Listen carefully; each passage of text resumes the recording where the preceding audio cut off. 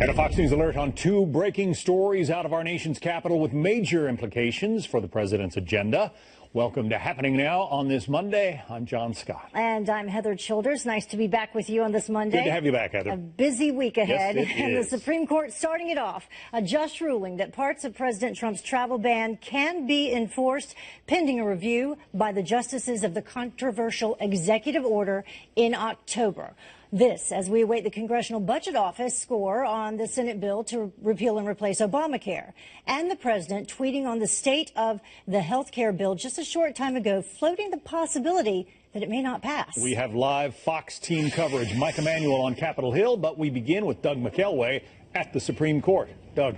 And, John, this is a no doubt major victory for the Trump administration as the high court now has lifted the injunction on the travel ban. President Trump had long maintained that he was confident that the high court would undo this travel ban that was imposed by the Fourth Circuit Court of Appeals in Richmond, Virginia, and also the Ninth Circuit Court of Appeals out west. And it has so happened. Reading from the opinion right now, it reads, this is the majority opinion. To begin, we grant both of the government's petitions for certiorari and consolidate the cases for argument. The clerk is directed to set a briefing schedule that will permit the cases to be heard during the first session of October. So they will hear this in the next session, the broader legal reasoning behind the travel ban.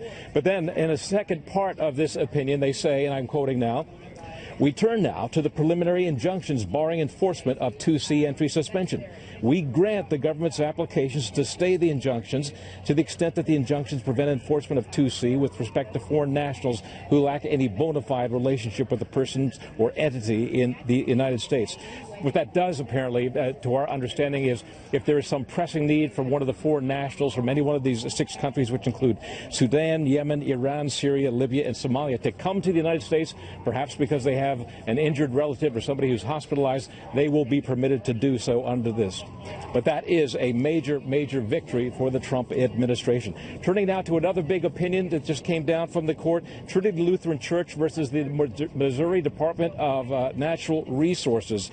This was a case which centers around religious freedom. A church school in Columbia, Missouri, the Trinity Lutheran had applied from the Department of Natural Resources in Missouri for a resurfacing of their playground. They had had a pebble playground or a gravel playground, and the Missouri Department of Natural Resources had grant money to resurface it in a rubberized format. They denied that application because the Trinity Lutheran Church, in their opinion, was a religious affiliated school. In its opinion, the High Court today said the exclusion, and I'm reading a direct quote here, but the exclusion of Trinity Lutheran from a public benefit for which it is otherwise qualified solely because it is a church is odious to our Constitution all the same, and it cannot stand. So yet another victory for conservatives in the High Court today.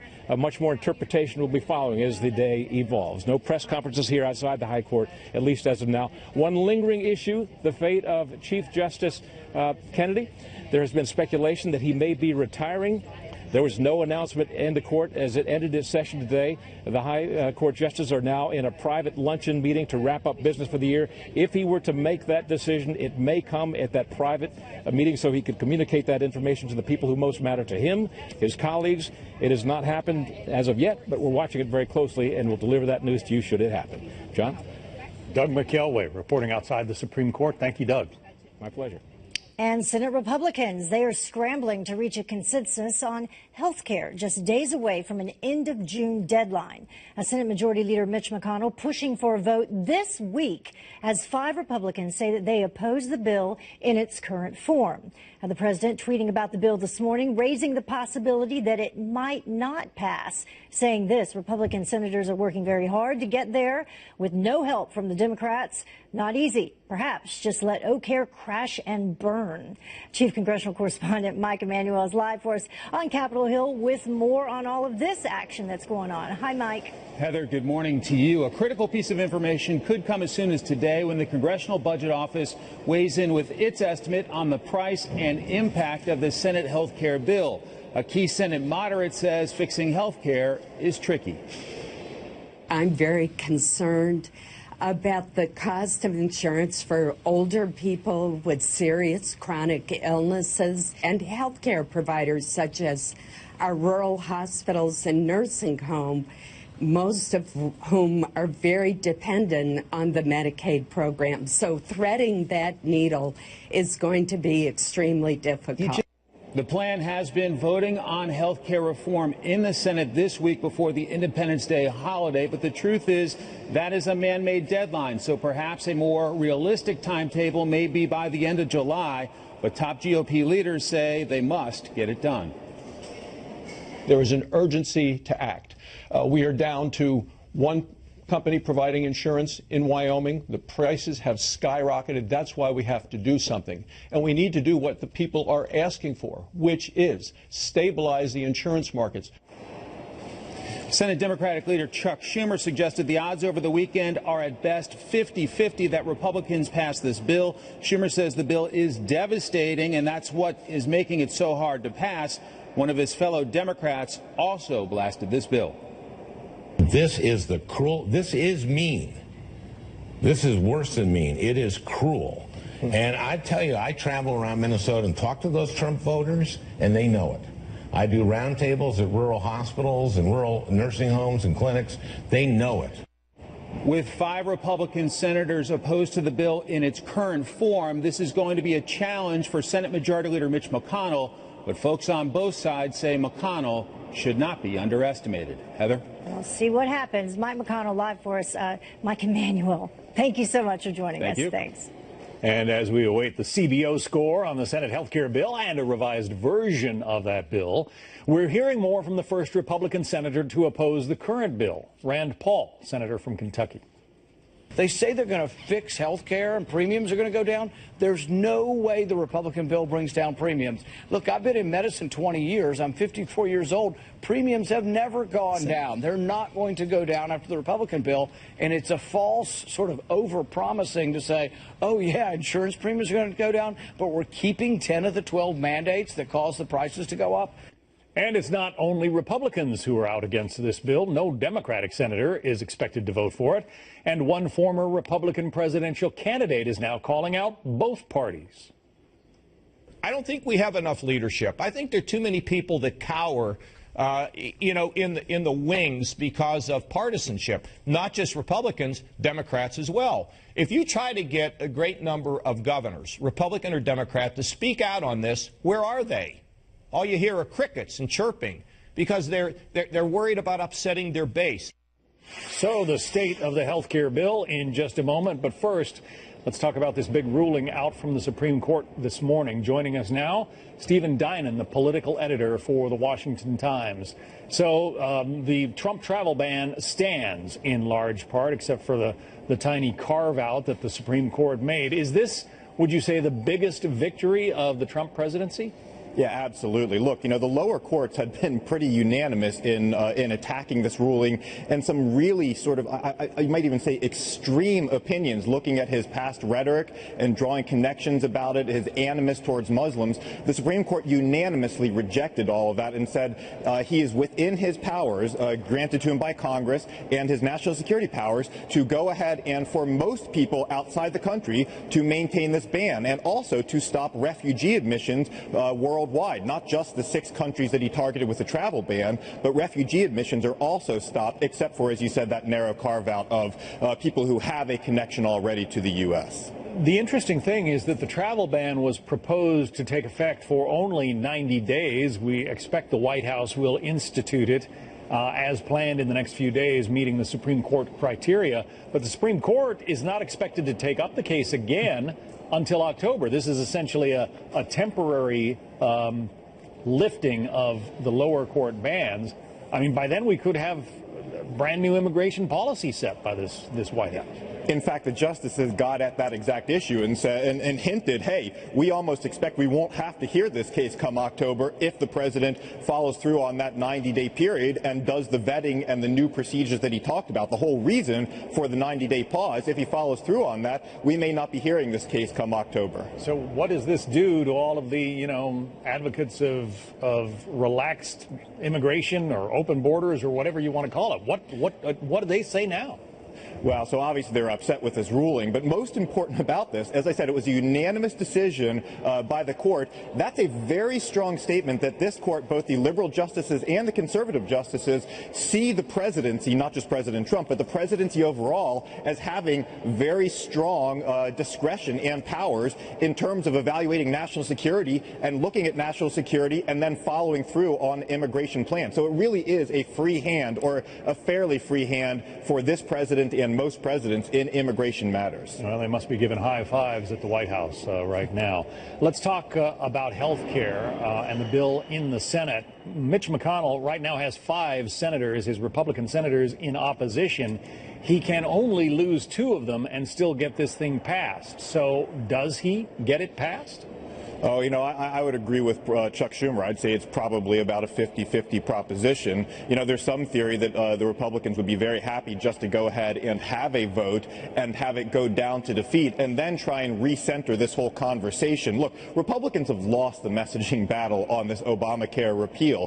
They argue that this is a conversation, a choice between either disastrous Obamacare, basically a failed law, and their replacement. Democrats, though, have said no. Obamacare can survive. The evidence suggests that Obamacare, as it exists right now, can't survive. It'll need a massive infusion of cash. Republicans haven't done a very good job, though, of setting that conversation up for Americans. So most Americans think it's a choice between, Obamacare with its coverage and then the Republican plan with 23 million fewer people on coverage. And that's probably not a very good comparison. I am reminded of when candidate Trump said maybe we should just let the thing fail and let the Democrats get the blame for it. Is that essentially what Mitch McConnell or the Republicans might be thinking as sort of a plan B here? There are absolutely some Republicans and, more importantly, some conservative outside groups that believe that's the case. The question is, have Republicans, by going through the last 5 or 6 months of this, have they done enough to basically earn blame for whatever happens with the law now? And the other aspect, of course, is if the Republicans do just let the law continue, that leaves a lot of decisions to President Trump. He'll have to decide whether he makes those cost-sharing payments we've heard a lot about to the insurance companies. There are a lot of decisions he can make to either prop up the law or let it wither on the vine, and that will go a long way towards deciding who gets the blame if the law remains in effect. Pretty interesting. As we've been talking, Stephen, Reuters is reporting, and Fox News has confirmed that a revised Senate health care bill is expected to be released today. No further details, but this is coming from Mitch McConnell's office.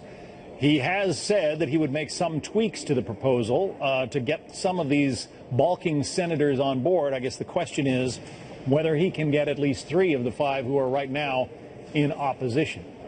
Yeah, that's no surprise. Even Nancy Pelosi last week even predicted that this is exactly what would happen. They would write the bill a certain way and then come out with amendments to improve the bill and either to make it look like it's more generous or to get more conservatives on board so the conservatives can go back and say, look, we managed to improve the bill from our standpoint. So, I guess I would almost say this was expected. It'll be interesting to see, though, exactly what those changes are they make and who they win over, if anybody. Yeah, well, we should be finding out this afternoon. We understand that's when these changes are to be disclosed from the office of Senator Mitch McConnell. So those changes we just found out coming later today.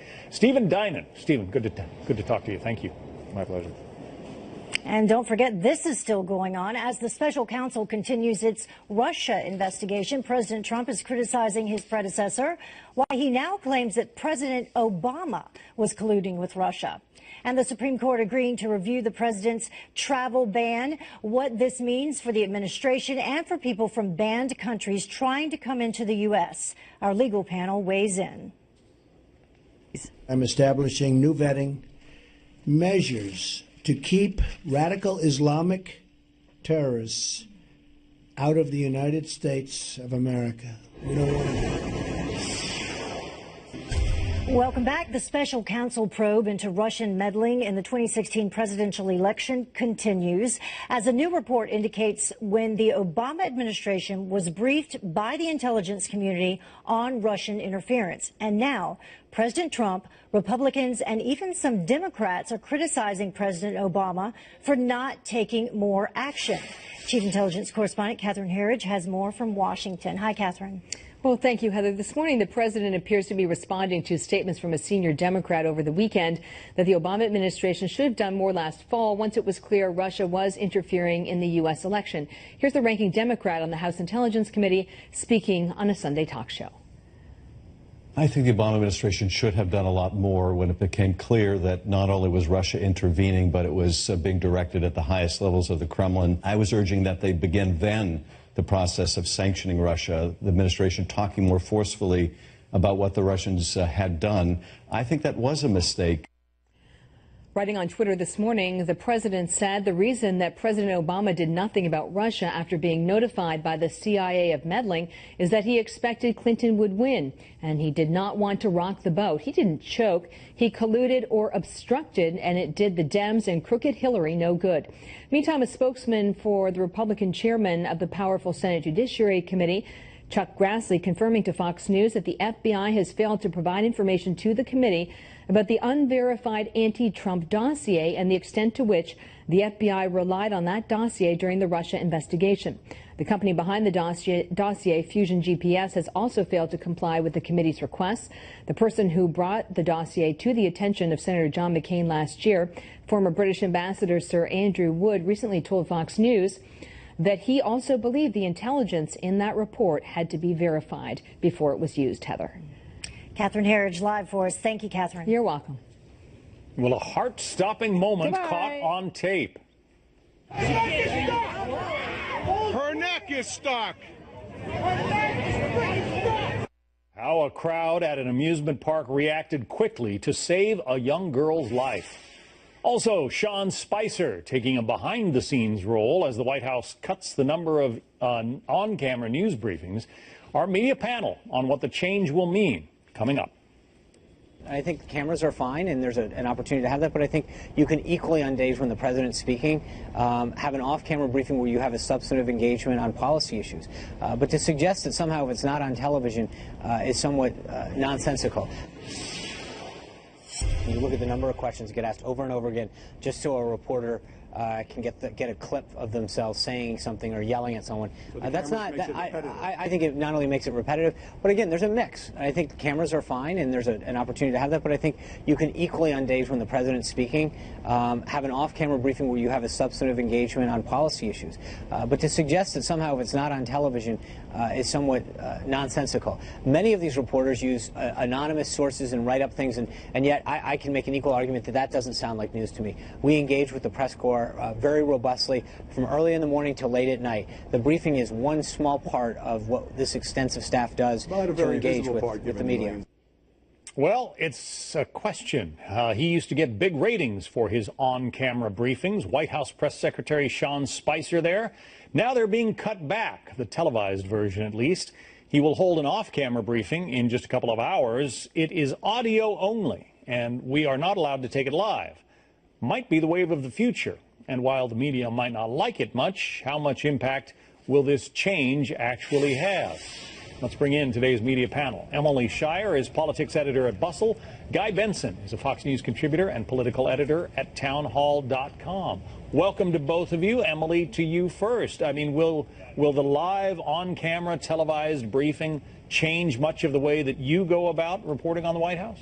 You know, I think it just sends another message about the Trump administration's relationship for the press and really its disrespect for it and how unprecedented it is.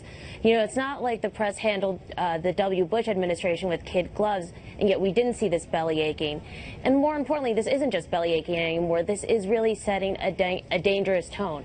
I don't know why the Trump administration wouldn't expect other presidents on both sides of the aisle in the future to follow his lead in squeezing out the press. And more importantly, we're probably all going to focus even more on his tweets, which isn't even good for him, I would say, because he tends to self-incriminate through them. This is not a good move for his administration in the long term. Guy, what's your take? Well, look, I think that I'm sympathetic on some level to a few of the arguments that the Trump administration has made here, which is, look, there are other ways that we can substantively engage with the press that are not on camera. And yes, the press briefing, the on-camera press briefing, sometimes offers opportunities for showboating and grandstanding by reporters, and there's a sense among some that it's sort of an anachronism. But I still think it's an important anachronism. I think that transparency is not outmoded.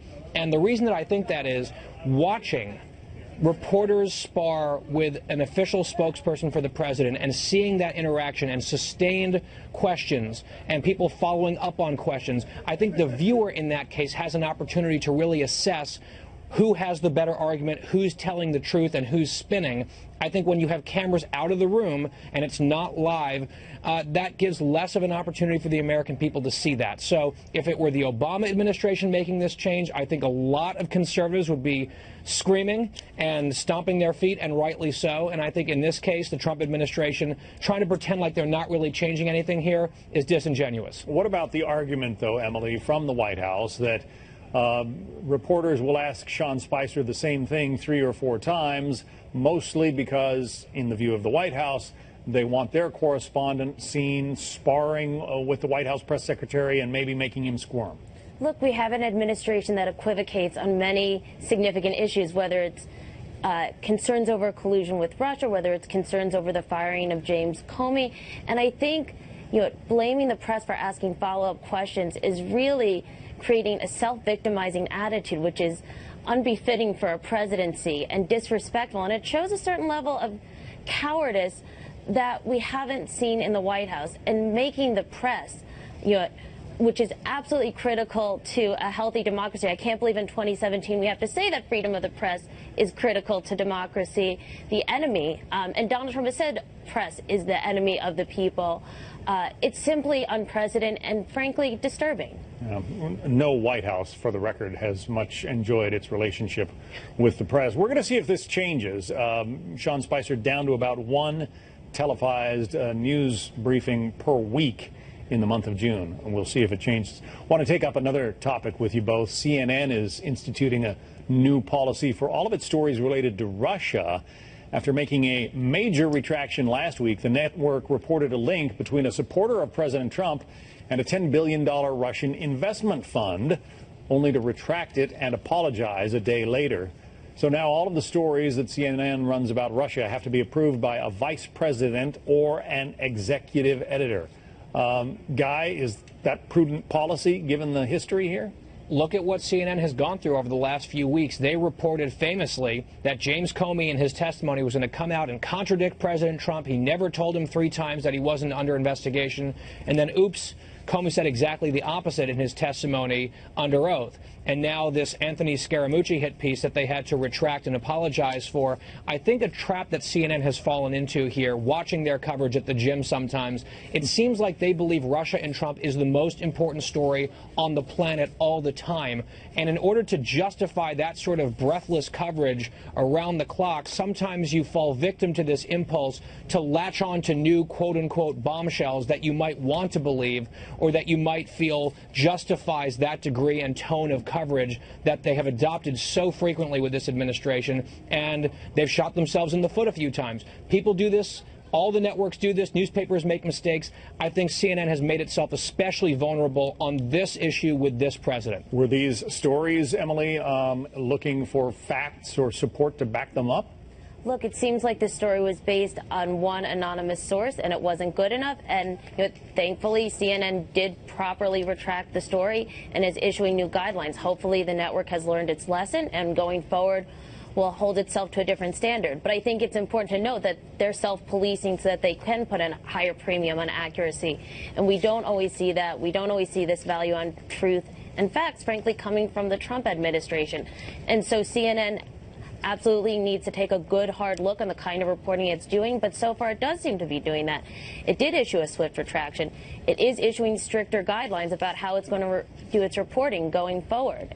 Let's also not pretend like the previous administration were these paragons of truth and accuracy with the media, and all of a sudden it's the Trump people that are misleading the press from time to time. I remember very well, going back to our previous conversation about press briefings, the day after the Benghazi lies started to fall apart, there was a very intense press briefing in that room with Jonathan Karl from ABC and others piling on Jay Carney, and that was a valuable moment, which is why I think the on-camera briefing is important.